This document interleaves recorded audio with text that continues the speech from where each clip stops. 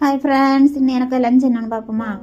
நான் இன்னும் fried rice தான் பண்ணியிருக்கேன். இது ஃப்ரைட் ரைஸும் இல்லை, அப்படியே பஸ்மதி ரைஸு சும்மா வேக வச்சு, இங்கே மட்டர் சீசனா அப்போ அதில் மட்டர் போட்டு வேக வச்சு கொஞ்சம் கீயில் ஜீரகமும் உள்ளியும் ஃப்ரை பண்ணி போட்டிருக்கேன். அது கொஞ்சம் கூட நல்லா இருக்கும். அது வந்து இப்படி போட்டது.